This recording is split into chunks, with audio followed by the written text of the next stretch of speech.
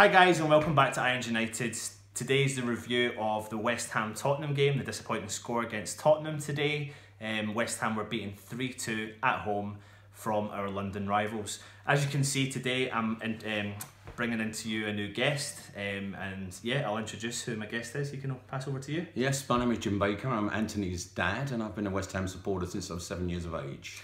Excellent. So, hi Dad. Hello, how are you? You all right? Fine, yeah. So unfortunately we couldn't make the game today, so we are doing our review of the game from home and we're just going to go straight into it. So Dad, we've seen the lineup and it's pretty much a lineup we thought, although there was one player in our discussions we thought would be in the team, which was Andy Carroll. What was your thinking behind not having Andy Carroll starting? I was disappointed that Andy didn't start because I know what his presence is like and I know exactly what he can do to the opposition's defence. So I was a bit disappointed there. However, we did start well and I thought we started to play well from the off. Yeah, I thought exactly the same, Dad. I was a little bit disappointed. I think I mentioned it in the preview video that I really thought that having Carroll there, a lot of fans and a lot of people on social media had mentioned that they thought that we were going to play into Tottenham's hands, putting Carroll up top. But the man causes havoc, absolute havoc to any defence. And if you have him and another striker like Chicharito with his ability, then I thought we missed something there with not starting him.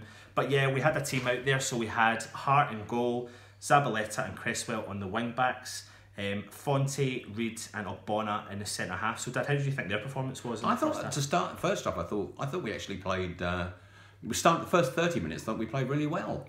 And then we were taken over a little bit by Spurs, I think, towards the latter part of the first half there. Yeah, absolutely. How do you think the injury to Antonio, which was the 26th minute, Antonio was injured and then Andy Carroll came on, how do you think that impacted our game? Well, it didn't really impact the way I would have liked because I was hoping that, like you, Anthony, that he would have started up front, but he didn't. So he had to really come on there just as off the bench for a sub who was a great player, our own player going off. Yeah. So it was a little bit disappointing. But however, he started to impact. I mean, he was reaching the ball, he was getting the ball, the usual stuff. Yeah, quite. His impact was fairly swift. Another big bit of news today was the fact that Mark Noble came back into the team. For me personally, I feel that he had a really good start to the game, and in actual fact, I think he had an actually okay game throughout. Yeah. What was your opinion on Mark Noble's performance today? I thought Mark Noble played really well. He just worries me a little bit with some of his tackles because, as we saw laterally in the game when the Spurs player was sent off, I think Mark's got to watch his tackles in case he gets sent off. But other than that, I thought he played well. Yeah, absolutely. Then we had Kouyaté and obviously Antonio, who we've discussed. And then Arnautovic made his home debut in the league today. And I know we were talking throughout the game, you thought he had a quite good game. Yeah, I thought he had a good game. I mean, I would like to have seen perhaps some more distribution of crosses from Arnautovic. But I thought he played really well. He penetrated on the left and played extremely well. Yeah, and then we had Chicharito up top on his own. And something I mentioned to my dad during the game was I just felt like he was isolated up top, and I think when you've got a striker of his ability, he needs someone to play off him he can run onto the knockdown balls. But if we go into the game itself, I've got some notes here, Dad, and I've mentioned obviously Chicharito. He was dropping deep quite a lot because there was no distribution to him quite a lot. But I thought we started off well until obviously the goal, which was the Kane header, which seemed to really knock our confidence throughout the game. Obviously, we had Antonio's injury with Carroll replacing him. We still stuck to the same formation and had Chicharito drop back in Antonio's place. But what did you think of the goal that Kane scored? Oh, it was a brilliant goal. We have to give it to Kane. It was exactly what we would have hoped that Andy Carroll would have been meeting from across from Arnautovic. So I mean, we have to give them credit. They countered very well and scored a really good goal. Absolutely, and for me, I think personally that just really knocked our confidence because we had a really good start to the game. We were kind of equaling each other out, like kind of stopping Tottenham playing and they were stopping us playing. Yeah. We had a few little cheeky chances, but nothing major. And that was really the first half. Well, then obviously it wasn't the first half because Kane scored the second goal. Thoughts on the second goal? It was a bit of a tap in. Yeah, it was a tap in, but you know, again, it's that's what he's there for. Yeah, and he's got a brilliant goal with his head, and then he scores the tap in, which is what a striker's game's all about. Something else that came up during the game, and my dad pinpointed it, was the player for Tottenham, which was Eriksen.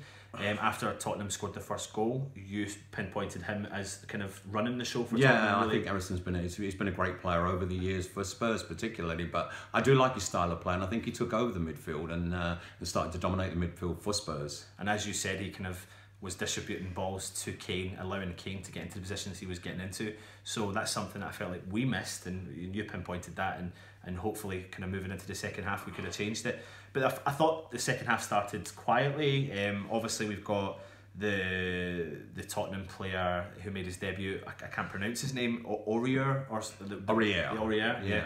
And he had 2 yellow cards. But before that, the first proper, real decent chance came from Kane when he had a free kick and he hit the post. And then really it just kind of bounced back to Eriksen, who scored, the player who you kind of pinpointed as Tottenham's. Yeah, I think, well, again, and it was a tremendous free kick. You got to give it to Kane. It was a tremendous free kick. He hit the post like you said, Anthony, there, and but it was followed up very quickly and put away. Yeah. And that really hit us then. And then from there, Kane hit the post again, but then things seemed to change ever so slightly. Obviously they had to change. We had to go in the attack, and Chicharito scored a header, and it's his prowess in the box. Look at his stats. His stats read really well. He scores so many goals in that box, and that's something we've been missing for years. Yeah. What was your thoughts on his goal? Oh, I thought it was a great goal. Again, it was a great poacher's goal. He was there in the penalty box, and that's what you need. You need to have somebody like him like that. However, like you said, Angie, in the first half, if we'd have had Carroll and him perhaps up front to start with somebody playing off like Chicharito playing off of Andy Carroll, I think that might have been the better option. Absolutely. And then Arnautovic came off and Ayew came on. What was your opinion on that sub? How did you think Ayew took to the game? I think he took it okay, but nothing exciting. It didn't really excite me when he came on, unfortunately. He's a good player, but nothing changed in the game, really. Absolutely. Then the Tottenham player got sent off. For me, it was 2 yellow cards, and there was no question about it. And then that really changed the momentum. And straight after that, really a couple of minutes after that, Fonte came off, which was a big decision for Bilic to make, but a good decision in my opinion.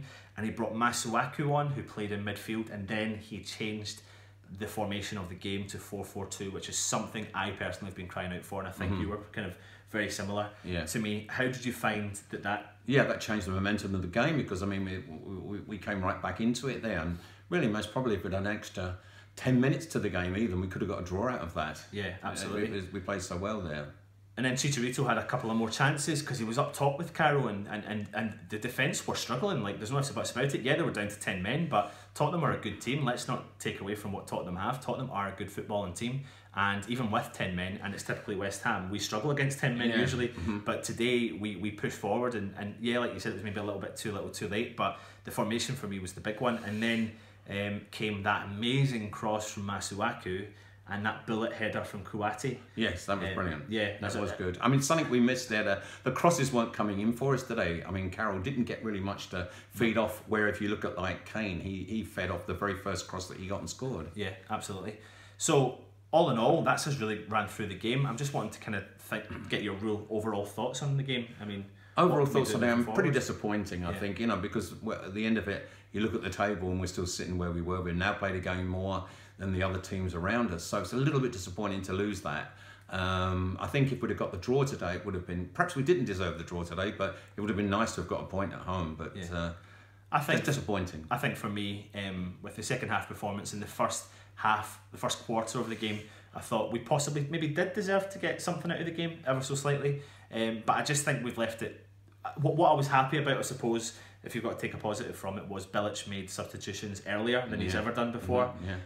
But for me, I just don't see our formation working with having 5 midfielders packed out, because for me personally, I felt like Noble did have a good game, but there was occasions that he was missing alongside Kouati. They were both missing in the middle of the park, and I just feel that Kouati is a little bit more effective if he's in there on his own, and maybe having Noble coming off the bench. Again, I'll talk to my dad about it, but we are massive Noble lovers. He's a good West Ham through and through. Yeah, he is. Yeah, I mean, you need someone like him in the team because he's born and bred and he's West Ham through and through. However, if you look at what Eriksen did on the other side for Spurs, I mean, Eriksen played with a completely different style of game, and he started to dominate from the midfield. And I think that was the difference between our midfield and their midfield today. I think Eriksen absolutely dominated. And I think we really, really missed Lanzini today. Yeah, Lanzini's missed. I think it's going to be a couple of big decisions to make for Bilic moving forward, and we'll discuss that moving forward on the next show we've got coming up for the next game. But I just think once you've got Lanzini fit, for me, he obviously starts. But for me, I don't know what you think, Dad, but do you put Chicharito and Carroll up top for the next game and cause havoc? Well, I think Carroll does cause havoc. And I think if you can, like what you said, if you can have a player playing off of one like that with knockdowns from Carroll and Chicharito sitting right in the middle there, he's got every chance to get goals, and that's what he's good at. Yeah. I want to have a special shout out to Winston Reid today because I felt really sorry for him because he was playing. For me personally, he was really strong in the back, and I felt sorry for him because the other two just really weren't up to scratch beside him. Ogbonna and Fonte. Fonte looked really slow, and we were watching it actually with my family, and even my mum was commenting saying, what was he doing? And there was a chance where he had to head the ball and he headed it straight up and then tried to jump again, and Kane just absolutely towered over him and got rid of the ball. But Winston Reid was he's so dominant. He is really dominant, powerful at the back, and to be honest, I feel really comfortable when he's in there. It's just a case of what other centre halves do we have, and Luke in our previous show had mentioned, why don't we give Declan Rice, the young boy, a chance, who's supposed to be a natural born centre half. What's your thoughts on bringing the youth in? Oh, I think we must blood. You've got to actually blood some of the youth players. Absolutely, why not? We've got to give them a try. Not all at once, but certainly just introduce them occasionally, like Rice, bring him in and give him a try in that environment there. I think you would have seen something today from him. Obviously, you can tell we're disappointed, but there are positives to take from today. Are there positives to take? Yeah, I think positives today. I mean, we came back. We were down, and yet we came back. We scored, and we were in for a shout to get the draw. So that's a positive in itself, that we didn't just give up completely. Absolutely. Even though we only had 10 men to play against. It was a good fight back. Very good fight back. So that's definitely a positive for us. That's a positive to take. And to me, I mean, did you find that Joe Hart was any problem today? No, I don't. I think Joe Hart is brilliant in goal, and I don't think. I mean, even the free kick that Kane hit was a wonderful free kick that went against the post. No chance, and he had absolutely no chance with the goals. And again, for me, I just feel like Ogbonna, Fonte are just always out of position a lot. You always see, I mean, there was one chance Fonte gave the ball away, and okay, fair play, he tracked back and won the ball back, but that was really all about all he did. But when it came to Winston Reid, again, he was throwing his body on the line, clearing balls, and getting there. And for me personally, Noble, he did have a good game, and he stepped up to the mark when everyone, certain fans were kind of digging him out to say maybe he should be dropped. And do you know what? I still am of the opinion that he should be on the bench and he should come in as an impact sub, because I think he could offer something to us moving forward. But I think it's time for me personally that we move into the formation of 4-4-2. Let's break the mould of the Premier League. Let's break the mould of the European football and tactics. Dad, what's your thoughts on that? Yeah, I think maybe it's worth a try to do that. Like you said, having two up front like that would make the difference to us. What have we got to lose really now? I mean, we haven't anything to lose. We might as well. We've tried the other tactics, and they've not really worked for us this season. But I think if we try that, I think that would be a good one to have a go at. Right. So that really wraps up our review of the Tottenham game. Disappointing result.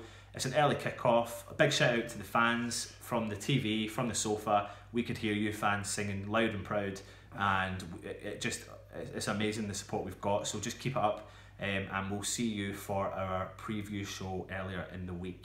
So yes, this has been my dad, Jim Baker. I am Anton Baker, and we are Irons United. Thank you.